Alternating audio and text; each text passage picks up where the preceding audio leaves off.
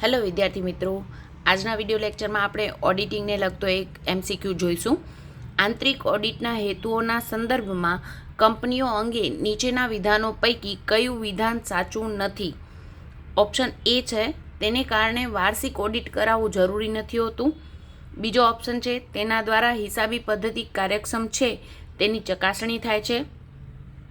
ત્રીજો ઓપ્શન છે, તેને કારણે વાર્ષિક હિસાબો ઝડપથી તૈયાર થાય છે.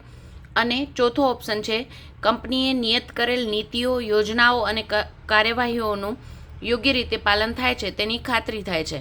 અહીંયા આપણે વાત કરી છે આંતરિક ઓડિટની.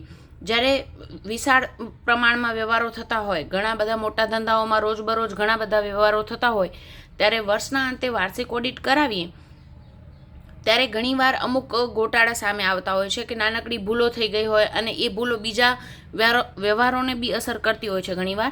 તો પછી સુધારા કરવા ઘણા મુશ્કેલ થઈ પડતા હોય છે. એટલે ઘણીવાર ધંધામાં ઘણા વ્યવહારો ઉપર અંકુશ રાખવા માટે, એટલે કે ભૂલો અને ગોટાળા શરૂઆતથી જ ન થાય એ જોવા માટે આંતરિક ઓડિટ કરાવવામાં આવતું હોય છે, જે ધંધાના વ્યક્તિઓ દ્વારા જ, ધંધાના જે કર્મચારી હોય એના દ્વારા જ કરાવવામાં આવતું હોય છે. અહીંયા આપણે આંતરિક ઓડિટના સંદર્ભમાં પૂછ્યું છે અને કંપનીના સંદર્ભમાં પૂછ્યું છે. એટલે આમાં કયું વિધાન સાચું નથી એમ પૂછ્યું છે. પહેલું જોઈએ તો તેને કારણે વાર્ષિક ઓડિટ કરાવવું જરૂરી નથી હોતું એમ કીધું છે.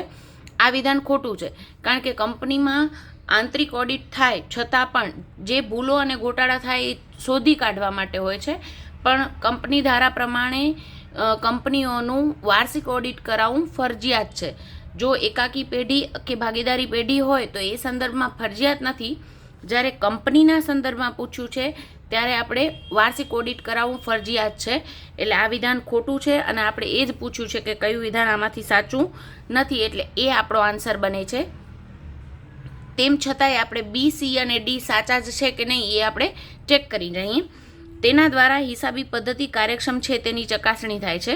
આંતરિક ઓડિટ કરવાથી હિસાબી પદ્ધતિમાં કોઈ પણ ભૂલ રહી ગઈ હોય કે ખામી રહી ગઈ હોય તો આપણે તરત જ શોધી કાઢીએ છીએ, એટલે કાર્યક્ષમ પદ્ધતિ છે એની ખાતરી થાય છે.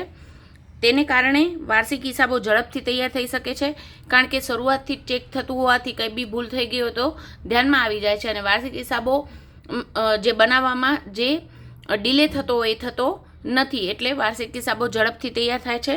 તેમજ કંપની નિયત કરેલ નીતિઓ, યોજનાઓ અને કાર્યવાહીનું યોગ્ય રીતે પાલન કર્યું છે એની પણ ખાતરી થાય છે. આંતરિક ઓડિટ કરવાથી આ ત્રણે ફાયદા થાય છે.